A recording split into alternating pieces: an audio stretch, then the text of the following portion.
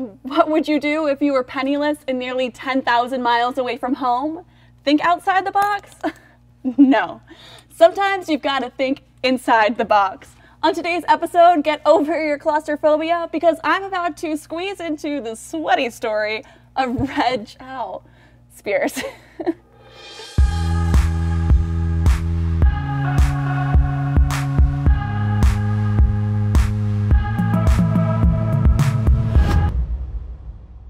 In the summer of 1964, Australian javelin thrower Reg Spiers was traveling around Britain's athletic circuit in an attempt to qualify for Australia's Olympic team.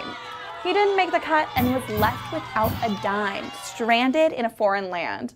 With his baby daughter's birthday coming up, Reg was determined to get home. Unable to afford an airplane ticket, he concocted an absurd plan. Reg was going to pack himself into a crate and air freight himself back to Australia. Talk about precious cargo.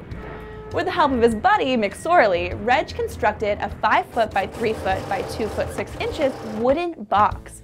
Standing over 6.5 feet tall, it was big enough to stretch his legs, but by no means was comfortable. The box had latches at both ends so he could get out regardless of how baggage handlers haphazardly stacked him, and pennies were wedged between the box's wooden slats so he could actually breathe. To prepare, he fasted for an entire week prior in order to slow down his bodily functions. With home on his mind, Reg climbed inside with some rations, a copy of Esquire magazine, a flashlight, and a suit to ensure that he looked dapper when he arrived down under. Nailed in and labeled cash on delivery, Reg was dropped off at Heathrow Airport and was ready for the journey of a lifetime. Kicking off the trip, Reg was delayed 28 hours in London due to fog and had to stay in his box the entire time, waiting for the plane to finally take off to climb out and relieve himself. This was the only time Reg got out of the box during the entire 63-hour trip, and it almost got him caught. Somewhere between London and Paris, he got out of the box and peed into an empty spaghetti can. The plane began its descent, and in his rush to hide, he left the can sitting on top of the box. Lucky for Reg, the baggage handlers simply thought their coworkers were playing a prank on them. Finally, Reg touched down in Perth and was taken to a shed with the rest of the freight. He made his way out of the box, which was conveniently located next to a crate of beer, so naturally he popped one open. Cheers, Reg. Put on his suit and began hitchhiking the 2,000-ish miles to his family in Adelaide.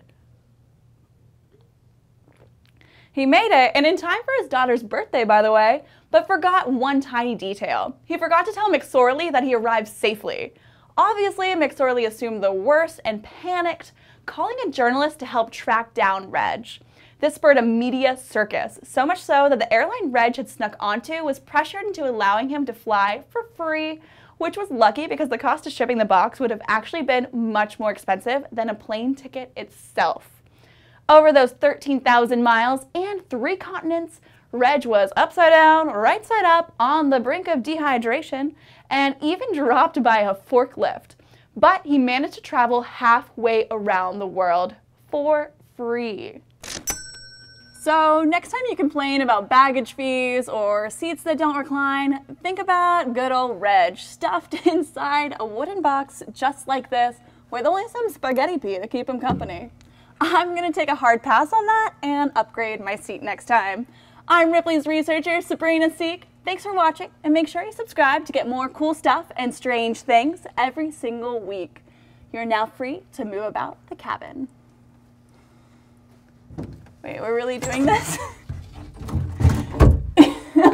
Guys. Wait, no!